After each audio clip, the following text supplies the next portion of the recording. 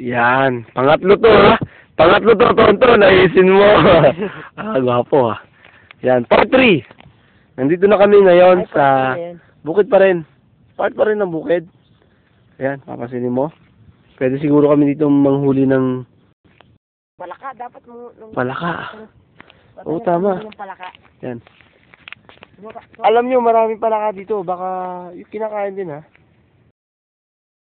Palaka. And marami kang pwedeng ma-discover kapag nasa Panginoon ka. Good things, bad things, but always good things pa rin para sa atin. Hindi pa rin nag-stick. May mga negative, may mga positive. Pero tayo bilang tao at bilang nilikhahan ng Diyos na matagumpay, kaya nating lampasan ang lahat ng mga negative or hindi magandang nangyayari sa buhay natin. Tayo lang ang mamimili. Tinatawagan